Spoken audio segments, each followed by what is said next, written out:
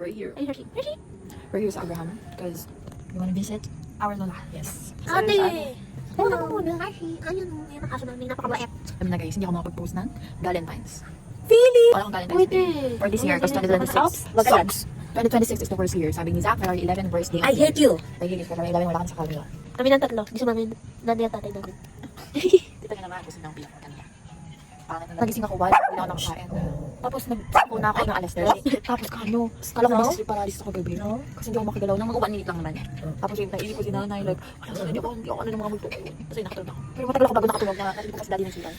Skin from the gods, turning back, Kala mo naman ako? Pangit siya. Ay, tayo nagkakapasya sa school. Sige, shoutout mo siya. Shout out kay Sean Red. Best friend ko yan. Yung nagkakasya, binest friend mo eh. Friendly kasi ako. Friendly, kaya popo. Joke lang. Ay, bye-bye na kayo. Bye-bye. Ay, pinapangit. Ay, nasa... Hi guys, so dito ulit tayo kay nanay. Kasi wala, lagi naman kami napunta since malapit lang kami dito. And dito si ate naiyak na naman. Nakita na yung license niya na napakapangit. Huwag yung zoom. Huwag unbox natin ang aking gift for nanay. Actually, kakauwi ko lang ng school. Hindi ko naintindihan ano yan. Yung malamang lingwahe. Walang instructions, literal. So, hindi na kasi naman kasi, ayan, no light. So, intayin lang natin na gumana siya. Since solar siya. So, tapos unboxing. Anong purpose nitong clip? Para bang pag naging clip literal naman. Yan, perfect. Perfect. Ayan, perfect. For you, nanay. Sorry sa lang nabili ko. Allowance ko yan. Kaso hindi nagagana yan kasi ano na. Bakit? Wala nga nakuha ang sunlight. No? Tanga ka ba? Kailan ba umiilaw ang mga bumbilya? So nga, wala nga nakuha ang energy. Huh? Alam mo ba, sobrang tambak ko, pero inuuna ko pa rin talaga ang pamilya. Sige, kakat ko naman yan. Nakainis, yun na pala yun. Din, ang pangit pala pag isa lang. Di ba? Di ba man lang ginawang dalawa? Dapat per corner. Mas na-stress na naman ng person, nabili nga. Ayaw, tambak na nag-ready na naman.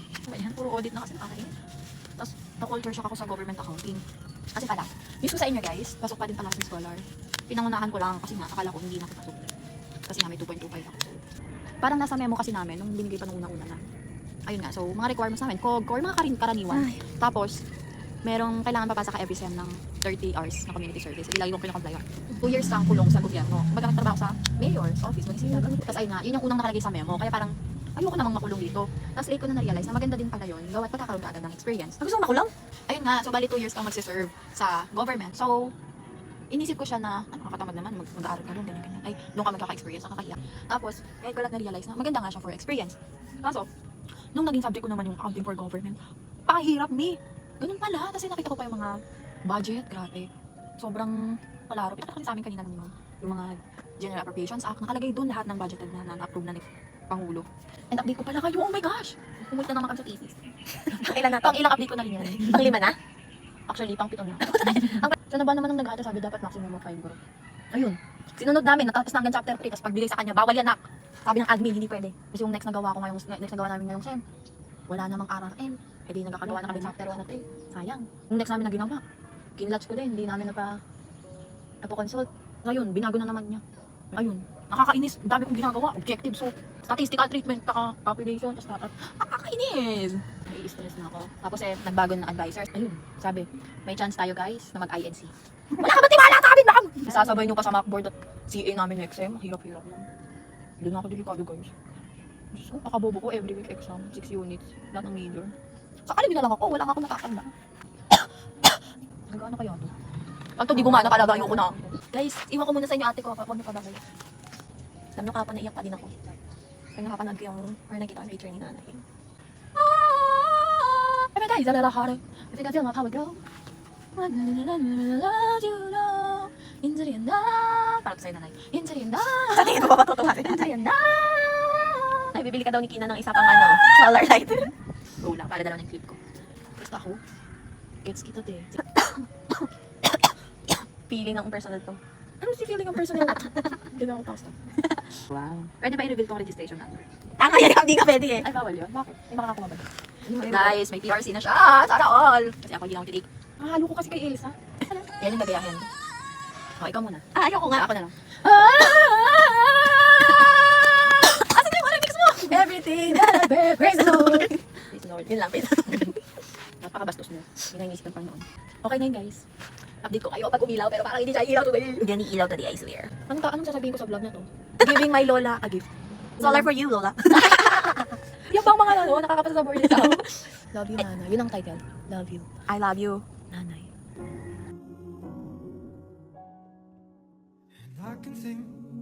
times you told me not to touch the light. I never thought you would be the one. I couldn't really justify how you even thought could be right, 'cause everything we cherished is gone.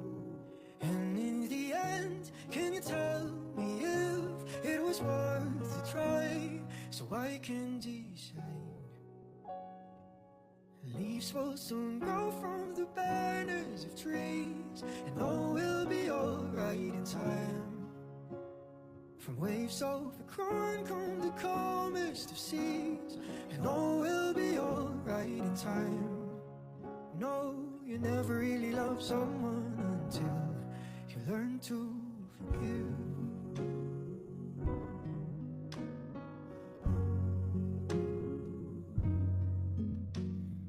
Try as hard as I might to flee the shadows of the night. It haunts me and it makes me feel blue. But how can I try to hide when every breath and every hour I still end up thinking of you?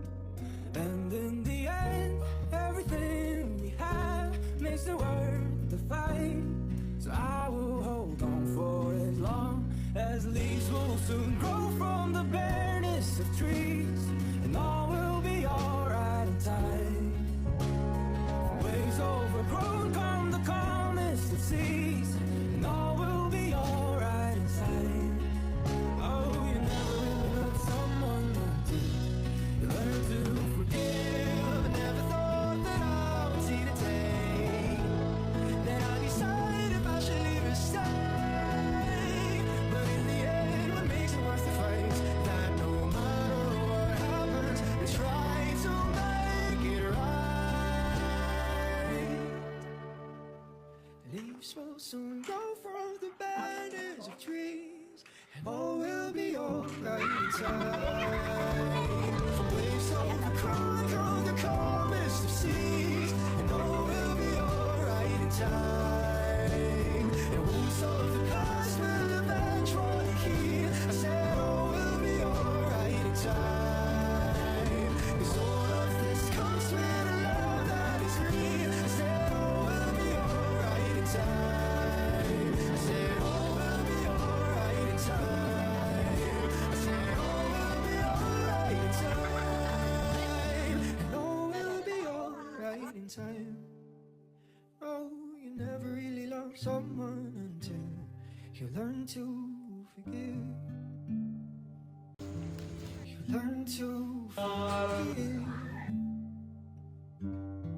You learn to